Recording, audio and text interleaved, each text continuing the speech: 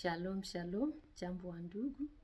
Mimi naitwa kwa jina la Benedicto Ngani, natokea katika kanisa la Globe Outreach Ministry na wasalimu kwa jina la Yesu Kristo. Leo nilikuwa na mashauri, nilikuwa nataka kuchangia na wote watakao kunitazama wala kunisikiliza. Na mashauri hayo tatu yake ni imani. Imani yako umeweka wapi ndugu yangu? Imani yako umeweka wapi? Kama wewe umeweka imani yako katika vitu vya ulimwengu na unajua ya kuwa hivi vitu vya ulimwengu vitapita, siku ya leo nakushauria imani yako itoshe kwa vitu vya ulimwengu. Uanze kuitia kwa Yesu. Kwa maana ulimwengu utapita na vitu vyake. Bila kukawia tutaenda kusoma katika Roman chapter 10 verse 17. Tutaenda kusoma kwa jina la Yesu Kristo. Basi imani chanzo chake ni kusikia, na kusikia huja kwa neno la Kristo. Tunasikia kisi neno la Mungu linatuambia imani chanzo chake ni kusikia, na kusikia huja kwa neno la Kristo. Utaangalia katika ulimwengu wa leo tunaishi, watu wengi wanatia imani yao katika vitu vya ulimwengu. Hawaweki imani yao katika Kristo. Na sisi watoto wa Mungu ambao tumeokoka na tukamkubali Yesu Kristo kuwa Bwana na Mwokozi wa maisha yetu, tunapasha kuwa natia imani yetu tu mu Yesu. Kaza imani yako mu Yesu. Kwa maana Yesu Kristo ndiye ambaye amekuumba. Yesu Kristo ndiye ambaye anajua kuingia kwako na kuondoka kwako. Sasa kama mtoto wa Mungu unapasha kuwa tunatia imani yako mu Yesu. Vitu vya dunia visikusumbue, kwa maana ulimwengu utapita na vitu vyake. Watu wengi utakutanisha tena wanatia imani yao mu watu. Siku ya leo nakushauria ndugu yangu wewe ambaye utakaye kunisikiliza wala kunitazama, kama wewe ungaliki natia imani yako mu wanadamu, siku ya leo nakushauria ondoa kabisa, ondoa kwa jina la Yesu Kristo. Yesu Kristo ndio Bwana na Mwokozi wa maisha yako. Unapasha tia imani yako tu mu Yesu.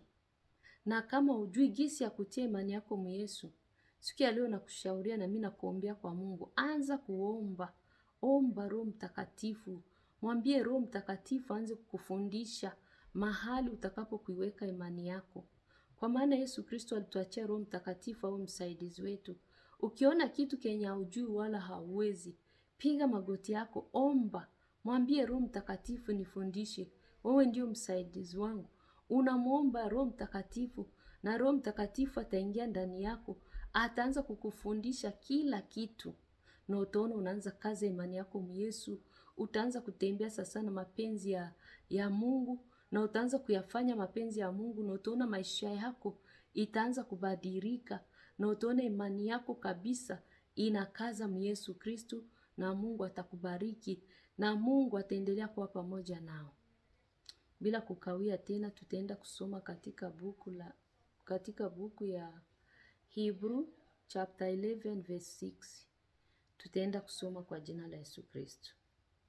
Lakini pasipo imani haiwezekani kumpendeza, maana mtu amwendeaye Mungu lazima aamini ya kwamba yeye yuko na ya kwamba huwapa zawabu wale wamtafutao.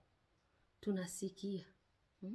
Pasipo imani hatuwezi kumpendeza Mungu. Kwa maana kama wewe uamini kwanza kama Mungu yuko, utampendeza aje? Ndio kwa maana inatuomba sisi watoto wa Mungu, kama hatujui gisi ya kutia imani yetu mu Yesu, inatuomba tupige magoti yetu, tumuombe Mungu atufundishe, tumuombe Roho Mtakatifu atufundishe. Kwa maana neno lake linatuambia pasipo imani hatuwezi kumpendeza Mungu. Inatubidi kwanza tuamini ya kuwa Mungu yupo. Wakati unaamini Mungu yupo na unakaza imani yako mu Yesu, na Mungu atakuwa pamoja nao. Neno la Mungu linaendelea kutuambia yeye anatupatia zawabu. Tukisha amini ya kuwa yeye iko, na unakaza imani yako mu Yesu, Mungu hawezi kukuacha. Mungu atakushika mkono. Na Roho Mtakatifu ukiendelea kumuomba ataingia ndani yako. Atakufundisha mambo makuu ile ambayo haujui. Na utaona imani yako itaendelea na kaza mu Yesu tu. Mungu atusaidie sana. Mungu atusaidie. Si Yesu Kristo alituambia pasipo yeye hatuwezi neno lolote. Sasa anza kuomba sasa.